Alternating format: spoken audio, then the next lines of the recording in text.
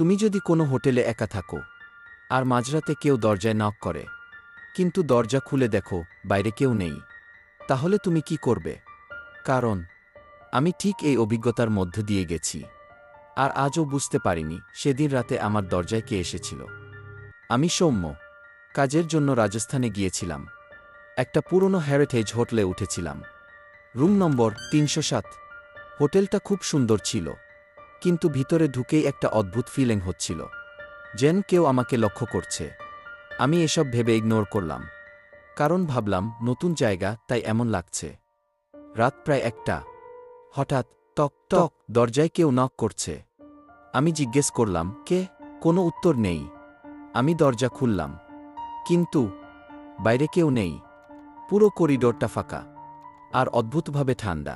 আমি দরজা বন্ধ করে আবার শুয়ে পড়লাম। ৫ মিনিট পরে আবার নক, এইবার একটু জোরে। আমি ভয় পেয়ে গেলাম। এইবার দরজা খুললাম না, কিন্তু দরজার নিচ দিয়ে একটা ছায়া দেখা যাচ্ছিল, যেন কেউ দাঁড়িয়ে আছে। আমি সাহস করে দরজা খুলে ফেললাম, কিন্তু আবারও কেউ নেই। ঠিক তখনই আমার ফোনে একটা মেসেজ আসে, আননোন নাম্বার। মেসেজে লেখা, ডন ওপেন দ্য ডোর। আমার শরীর ঠান্ডা হয়ে গেল, কারণ আমি তো দরজা খুলেই ফেলেছি। আমি ধীরে ধীরে পেছনে ঘুরলাম। রুমের ভিতরে একটা ছায়া, দেয়ালের পাশে দাঁড়িয়ে।